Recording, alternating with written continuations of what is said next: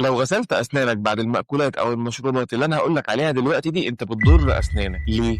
لأن المأكولات والمشروبات دي الحموضة فيها أو الحمضية أو الأسيديتي عالية جدًا، وبالتالي هي ذات نفسها بتضعف وبتدوب من الأسنان، ما بالك لو غسلنا أسناننا بعد ما أكلناها أو ما شربناها على طول وزودنا احتكاك المواد دي مع السن نفسها، يبقى أنا باضاعف تأثير الماتيريال أو المواد ديّة على الأسنان، وبازود تآكل المينا وذوبان المينا بسبب الحموضة العالية اللي فيها. طيب إيه الحل؟ أول حاجة ما تغسلش أسنانك على طول، تاني حاجة تشرب مَيّة وبعد نُص ساعة أو ساعة تبقى تغسل أسنان.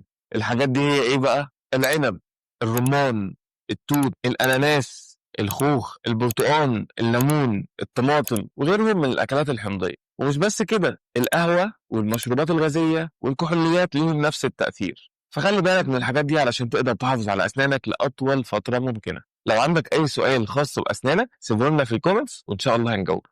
سلام.